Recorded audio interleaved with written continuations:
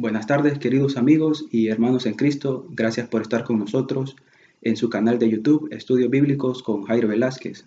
En esta oportunidad vamos a meditar en un pasaje de la Biblia que se trata acerca de la historia de los tres jóvenes valientes que estuvieron cautivos en Babilonia y que se atrevieron a desafiar la autoridad del rey Nabucodonosor para no adorar a un Dios falso. Esto les costó caro, puesto que su vida se vio en peligro de ser quemados en el horno de fuego. Pero miramos también cómo Dios guardó sus vidas hasta el fin y tal cosa no pasó.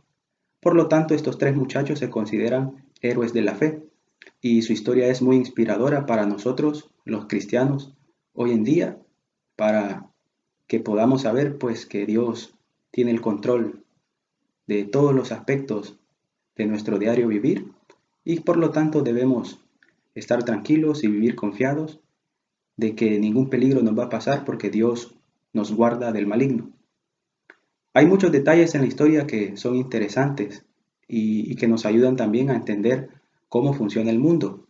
De esta manera nosotros podemos con sabiduría conducirnos de una manera prudente y también con mucha sagacidad en medio de un mundo que es malo y perverso. Así que esta historia está en el libro de Daniel y vamos a leer 7 versículos de este pasaje bíblico, específicamente en Daniel capítulo 3. Vamos a empezar desde el 1 hasta el 7. La palabra de Dios dice así: El rey Nabucodonosor hizo una estatua de oro cuya altura era de 60 codos y su anchura de 6 codos. La levantó en el campo de Dura, en la provincia de Babilonia. Y envió el rey Nabucodonosor a que se reuniesen los sátrapas, los magistrados y capitanes, oidores, tesoreros, consejeros, jueces y todos los gobernadores de las provincias, para que viniesen a la dedicación de la estatua que el rey Nabucodonosor había levantado. Fueron, pues, reunidos los sátrapas, magistrados, capitanes, oidores, tesoreros, consejeros, jueces y todos los gobernadores de las provincias, a la dedicación de la estatua que el rey Nabucodonosor había levantado, y estaban en pie delante de la estatua que había levantado el rey Nabucodonosor. Y el pregonero anunciaba en alta voz: Mándase a vosotros, oh pueblos, naciones y lenguas, que al oír el son de la bocina, de la flauta, del tamboril, del arpa, del salterio, de la zampoña y de todo instrumento de música, os postréis y adoréis la estatua de oro que el rey Nabucodonosor ha levantado. Y cualquiera que no se postre y adore, inmediatamente será echado dentro de un horno de fuego ardiendo. Por lo cual, al oír todos los pueblos el son de la bocina, de la flauta, del tamboril, del arpa, del salterio, de la zampoña y de todo instrumento de música, todos los pueblos, naciones y lenguas se postraron y adoraron a la estatua de oro que el rey Nabucodonosor había levantado. Que el Señor nos bendiga con su palabra. El primer punto que vamos a tratar es esa estatua que fabricó el rey Nabucodonosor, cuyo nombre apropiado sería la estatua de Dura, por la localización donde fue edificada. En el mundo antiguo hay otros ejemplos de estatuas que fueron todavía más grandes. Por ejemplo, una de las 7 maravillas del mundo antiguo es el Coloso de Rodas. Esta era una estatua que se edificó bajo la tutoría del ingeniero Cares de Lindos en la isla de Rodas, que queda ubicada en Grecia, y se dedicó a un dios falso que se llamaba Helios, que es el dios del sol. Esta estatua medía hasta 30 metros. En la actualidad no existe rastro alguno de ella, puesto que se supone que en el año 226 a.C. fue completamente destruida por un terremoto. Pero algunos antropólogos se han dedicado a reconstruir mediante imágenes digitales esta estatua y realmente es algo asombroso por su tamaño y también pues porque demuestra el poder económico que tenía el imperio griego en el tiempo antiguo. Esta estatua estaba hecha de bronce y aún así era una maravilla del mundo. Por lo tanto, la estatua que Nabucodonosor estaba edificando era todavía de una gloria más resplandeciente, porque era de oro puro. Esto también significa que eh, costaba mucho más. Entonces, si el propósito de esta estatua era maravillar al mundo entero acerca del poder económico que tenía Babilonia, pues era muy fácil de conseguirlo, porque no solamente costaba mucho dinero, sino que también era inmensamente grande. Eh, Aunque era más pequeña que el Coloso de Rodas, esta estatua podía medir en altura 27 metros y en anchura podía medir 2,7 metros, lo que hace que tenga una superficie de aproximadamente unos 75 metros cuadrados. Es decir, era una estructura que abarcaba mucho terreno. Y para los conocedores, pues, de cuánto cuesta una hectárea para trabajar la tierra, se sabe que es mucho dinero el que se tiene que invertir únicamente en conseguir un buen terreno para edificar una estructura de esta magnitud. Pero Nabucodonosor en ese momento era el rey más poderoso de toda la tierra. Como lo describe la misma Biblia, era la cabeza de oro. Era ese árbol frondoso que llenaba toda la tierra y el que sustentaba a todos los seres vivientes.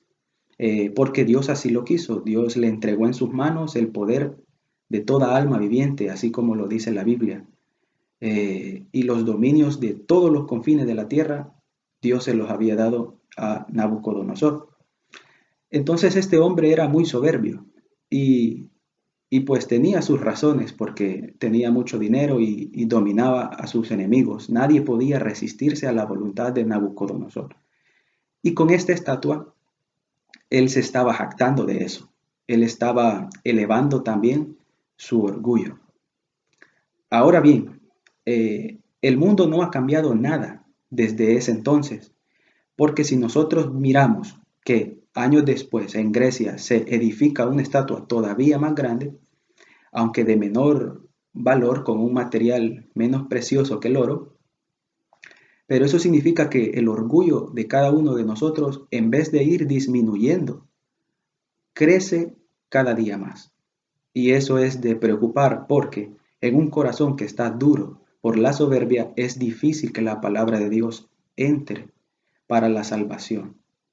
Y es difícil también que cada uno de nosotros se arrepienta de la maldad que está haciendo. Para citar otros ejemplos, únicamente hablando de esta estructura, pues esta estatua ya quedó en el pasado y, y se ha superado por muy lejos, 27 metros. Después viene el Coloso de Rodas con 30 metros. En la actualidad, las 5 estatuas más grandes de todo el mundo son, en quinto lugar, el Cristo de Corcovado, que es una estatua bien famosa que está en Río de Janeiro, en Brasil, y esta llega a medir 39 metros. Es decir, es más grande que la estatua de Nabucodonosor. Pero hago hincapié que el material no es de oro, entonces todavía tiene mucho mérito la que se hizo en Babilonia. En cuarto lugar está la estatua de la Madre Patria, que está en Rusia y fue dedicada a la victoria durante la Segunda Guerra Mundial del ejército ruso. Entonces esta llega a medir hasta 91 metros. Imagínense, es una estatua 4 veces más grande que la de Nabucodonosor. En tercer lugar está la Estatua de la Libertad, que queda en Manhattan y esta mide hasta 93 metros. Es decir, se va superando, el hombre se va superando constantemente. En segundo lugar tenemos la estatua dedicada a un dios falso que es Buda, ubicada en India.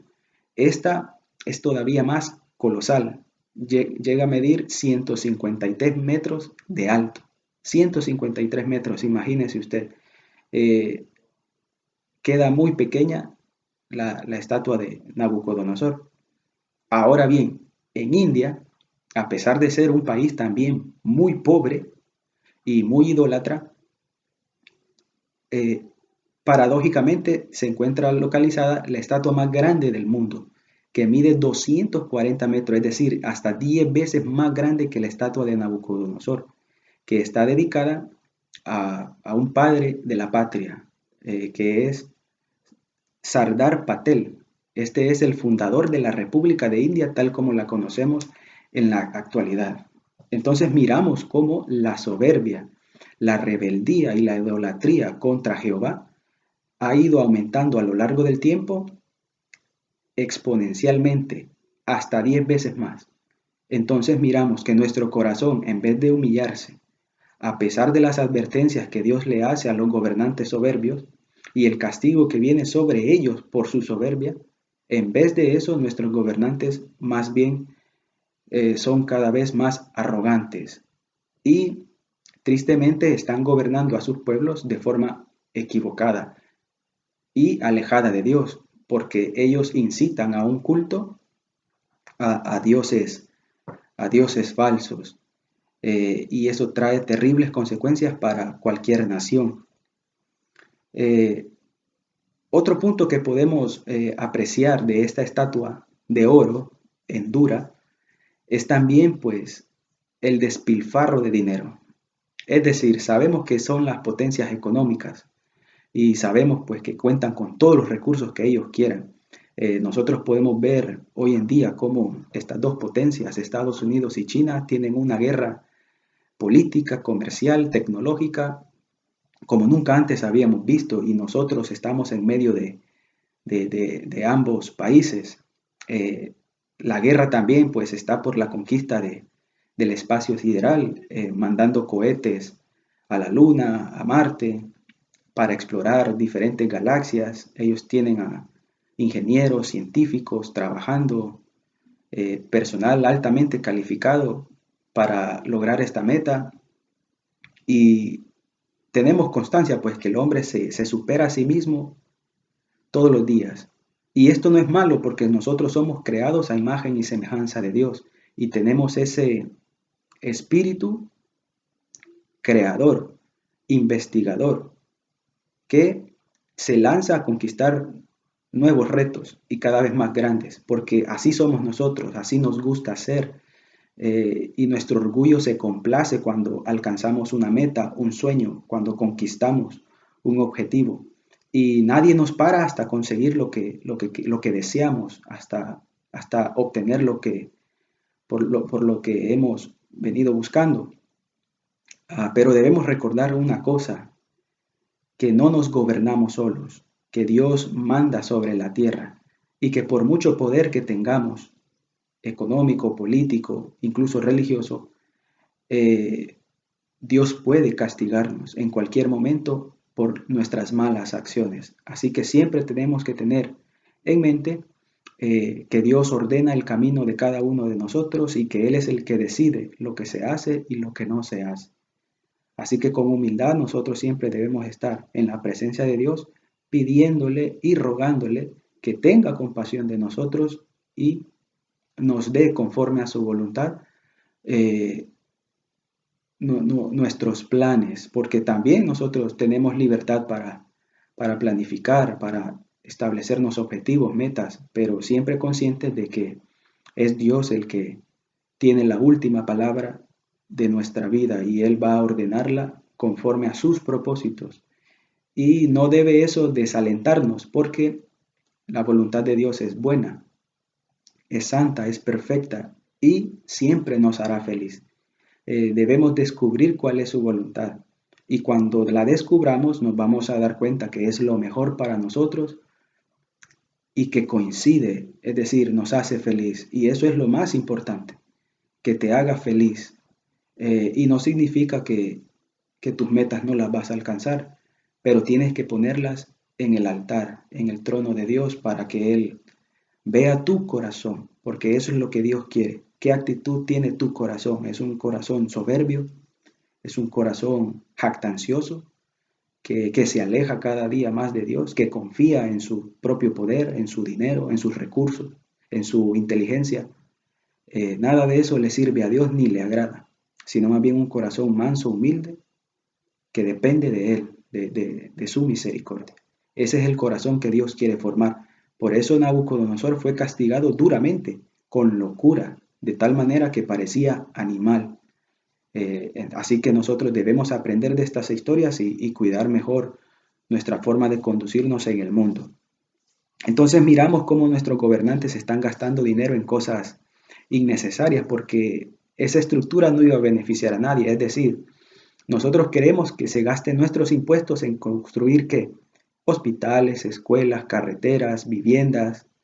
eh, Esas cosas son las que le sirven al pueblo, pero tener una estatua para ir a adorar a un Dios que es falso, que no nos oye, que no nos va a contestar y que más bien nos va a traer un castigo del Dios verdadero, entonces es mejor que invirtamos en el capital, en cosas útiles y como pueblo debemos exigirle a nuestros gobernantes que así sea, que se inviertan nuestros impuestos en obras que nos van a servir a nosotros, al desarrollo humano de la nación y no a gastarlo en adornos que solo sirven para la arrogancia de un dictador, de un rey o de un presidente, aunque sea elegido de forma legítima.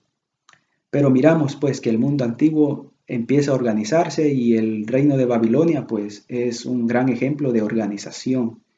Miramos cómo está estructurado de una forma muy parecida a una monarquía parlamentaria, que es lo que observamos nosotros en Europa. Eh, España, por ejemplo, esa es la forma de gobierno actual, una monarquía parlamentaria, es decir, hay una estructura piramidal y el jefe supremo es el rey. En el caso de España se llama Felipe VI. En el tiempo antiguo, pues era Nabucodonosor. Y miramos, pues, cómo esta estructura se va desplegando y el poder no queda centralizado, sino que se va uh, ampliando en tres poderes, que en ese tiempo era el poder religioso, el poder legislativo y el poder militar. Eh, Miramos entonces cómo es de importante el poder religioso en todas las democracias y dictaduras, ya sean comunistas o capitalistas. La forma de gobierno, la estructura es la misma, solo cambia la ideología. Pero detrás del trono, siempre los que han mandado han sido los sacerdotes. Recordemos también cómo la Iglesia Católica se encargaba de, por decirlo así, de ungir a los nuevos reyes. Ellos ponían y quitaban reyes. Entonces, desde la antigüedad miramos cómo la religión pues, es una estrategia política muy útil para dominar al pueblo.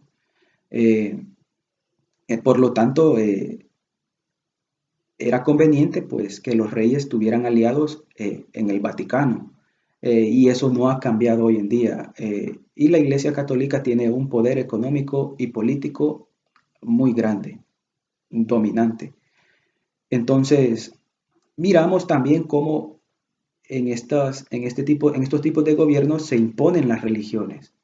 En el imperio babilónico era la religión de los caldeos. Entonces, bueno, el rey seguía siendo el jerarca mayor. En algunos casos era tanta la soberbia que ellos incluso llegaban a considerarse dioses. Ya había pasado antes con Julio César, con Alejandro Magno. Es algo bien común y todo esto viene de ese corazón engreído, jactancioso, ciego a la voluntad de Dios, al verdadero poder de la tierra que está en las manos de Jehová, el Dios de Israel. Entonces miramos estas formas de gobierno.